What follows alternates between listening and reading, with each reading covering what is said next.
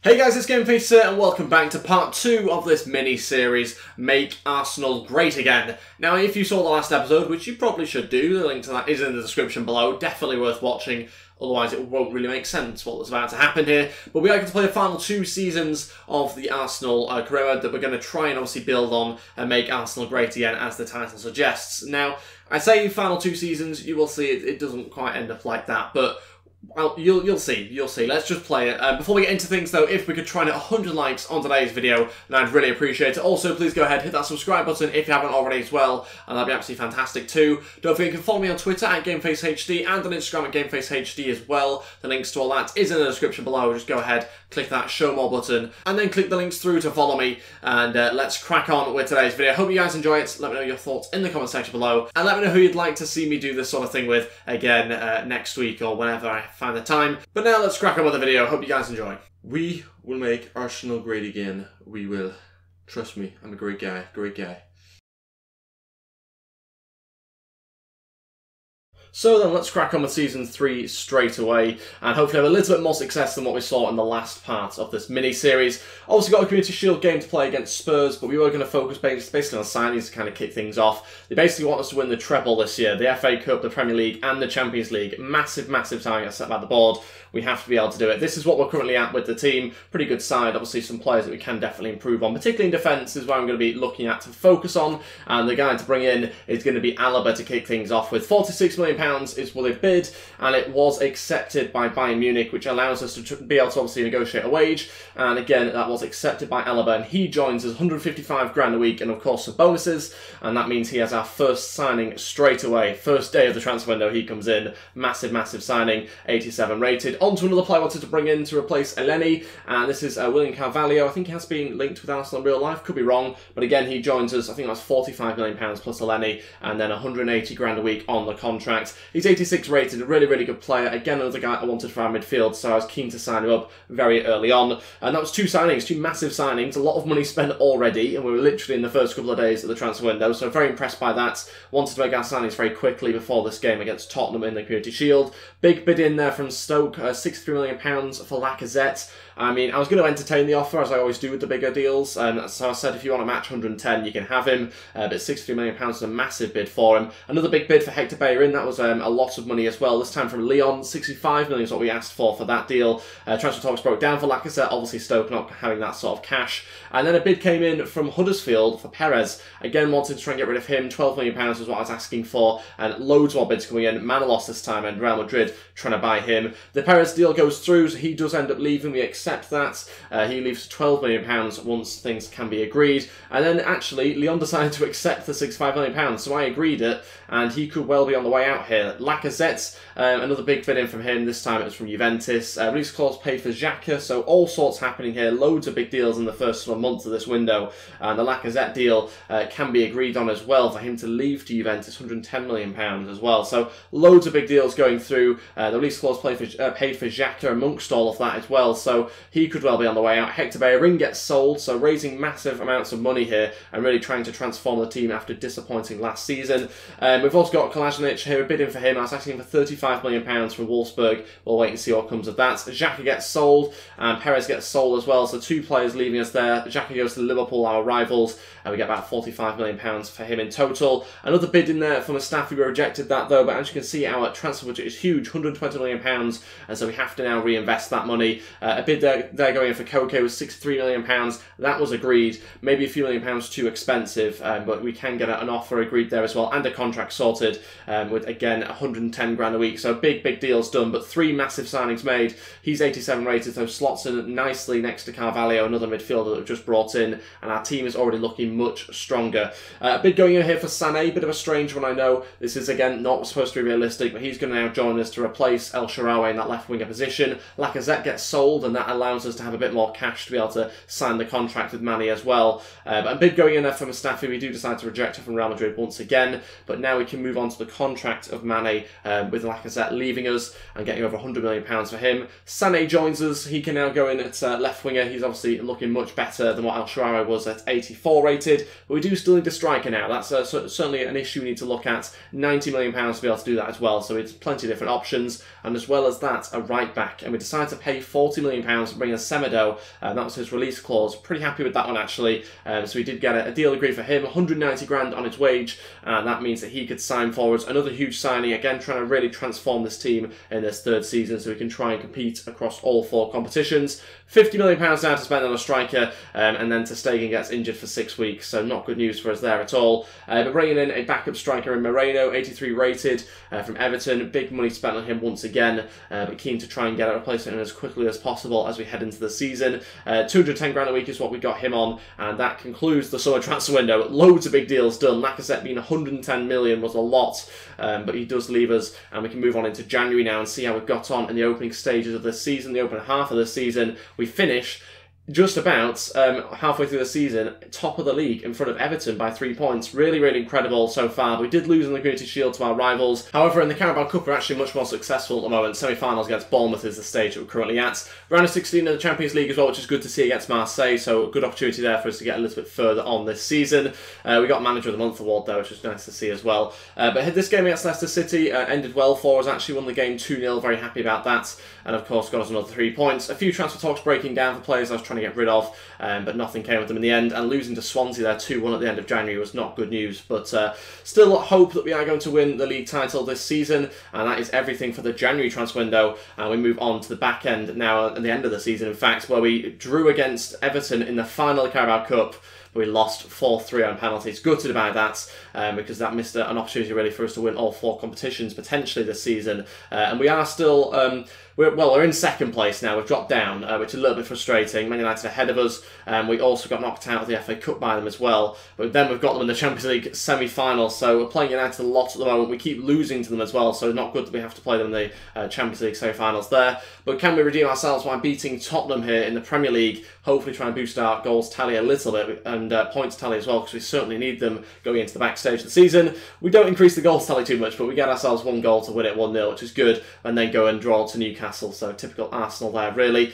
Drawing there to United in the first leg of the Champions League semi-finals, 1-1. Moving on to a Premier League game, which I thought I'd show you as well, against Everton. And so really sort of mixture of results at the moment. A 0-0 draw against them. We kept dropping points and left ourselves in a very tricky position now in the league table. United starting to get a bit more of a gap in front of us. But now on to the semi-final again for us to play. We're winning the match 1-0 in this semi-final, which is great news. At the moment, we're going through to the final. So we end up winning it 2-0 and get ourselves through to the final of the Champions League. Incredible stuff. But because our season had gone so badly at this point, I end up, as you will see, I end up not actually playing the final. Even though the rules said it, I decided to break the rules because we actually had a really, really poor end in the Premier League, losing to West Brom there 2-0, and in the end we just wouldn't have been able to get the quadruple anyway, so there was no point in me playing that final really.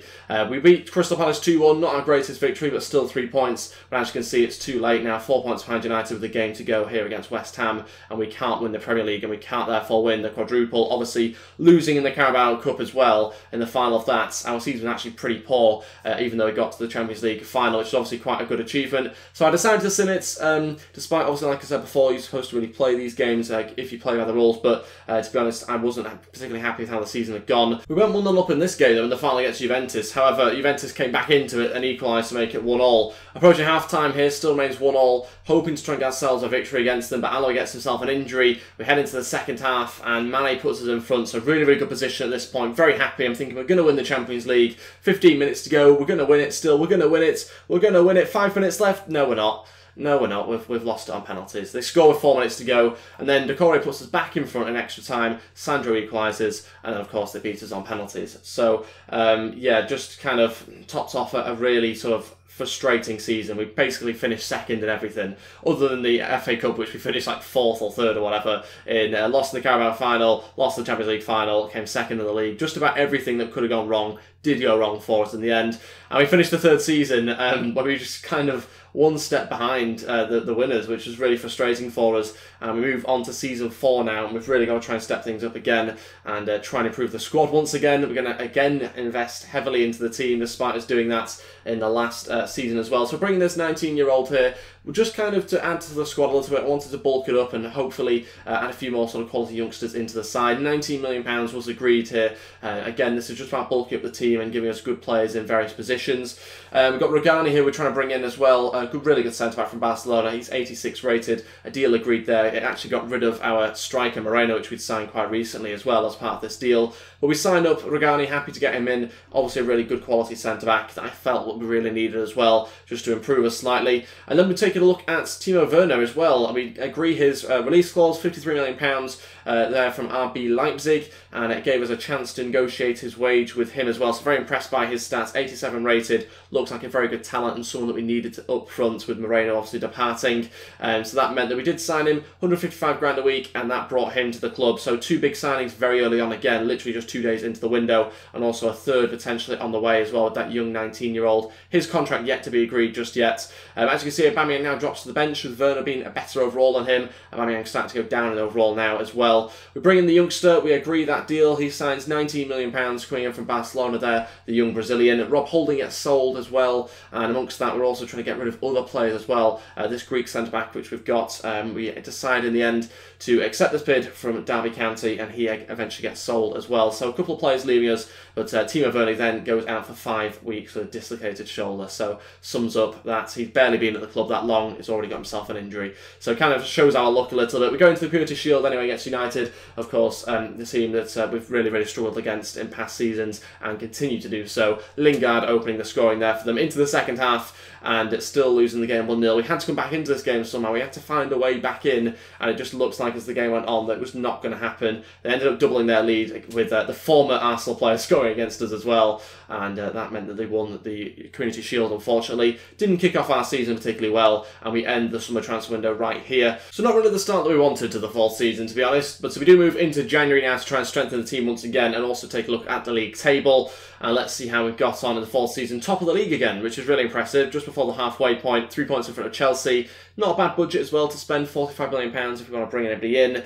And we also look to try and get players out of the door as well. AC Milan putting the bid here for Aaron Ramsey. 25 million is what we kind of wanted as the lowest amount, really. We lose to United there once again. We kept on doing it as well. And the Aaron Ramsey deal broke down in the end, unfortunately. Premier League game just to show you here during the January transfer window. And we're going to see if we can beat Leicester City. Hopefully we can, but obviously disappointing result in the last match against United. Malcolm puts us 1-0 up. Alaba doubles our lead just 4 minutes later. Approaching half-time, still remains 2-0. We should get ourselves an easy victory here. Koke adds a third, and the game finishes 4-1. So impressed by that, and gets us a good 3 points. Then again against Barnsley, and what do? We lose out the FA Cup 2-1 to Barnsley.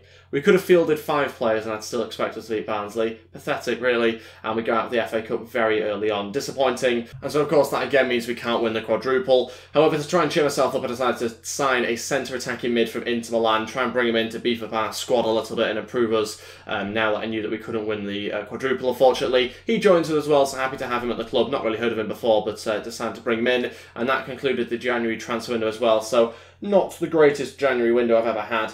In terms of results, of course. We do still remain top of the league by 2 points in front of Chelsea, and then the game against Brighton, we decided to sim, we ended up winning as well. And that is it for the season. That's it. That's over. And I was kind of curious to see how we got on. It seemed like we've been quite consistent, which is good. So have we won the league? Yes, we have, by 5 points. Incredible. We managed to beat United. And then I looked back at some of the other competitions, wanted to see how we got on throughout the season. I'm thinking we've won the league. Hopefully we've won everything else. That'd be fantastic for us if that is the case. No, we obviously went out of the FA Cup against Barnsley. We saw that last time, so disappointing result there. Carabao Cup, we went out very early on, so early on, we're not even on the tournament tree, so very bad there. And to make things worse, we go out to Chelsea in the Champions League quarterfinals as well, so we don't progress in that competition. So a frustrating season once again for us in Season 4, not achieving what we set out. So they wanted us to do the treble, we ended up winning the Premier League, which is obviously a good achievement, but we want to win all 4 competitions. And so, yeah, that concludes the 4th and final season. Not the way we wanted it to end.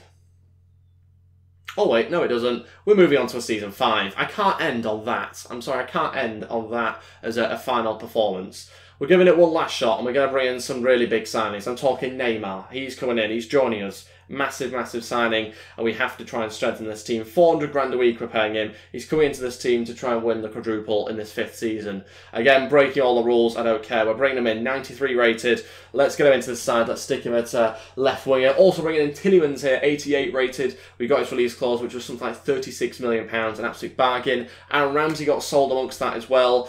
Can we beat United though? That's the big question now we brought in those signings. That's kind of what I wanted to find out. But I suppose we'll have to wait and see at the end of the season now, because I've decided to sim all the way to January after making those 2 massive signings. I'd spent all my cash, and we still couldn't beat United, it turns out. So a little bit gutted by that, even with the 2 new signings we brought in. We are, however, still top of the league, halfway through the season. Again, a position that we've been in the last couple of seasons now, and we still pick up 1 or 2 more injuries. But we've got a great-looking team now. Our front 3 looks great. Malcolm, 92 rated as well. And we won the game against Spurs. We won the North London derby. Then went on to a game against Man City in the Premier League as well. And I'm thinking we need to get a good run going here. Vernon puts us up 1, and into the second half now. Still win the game 1-0. Still looking like we're going to win the match. 30 minutes left, less than that now, and we are still winning the game. Malcolm doubles the lead, and we go and beat Man City as well. So on a great run here. I'm thinking this can't possibly go wrong at this point. We're beating Brighton 2-0 as well, something that Arsenal can't do in real life. We're beating Sheffield United in the Carabao Cup, so no slip-ups there.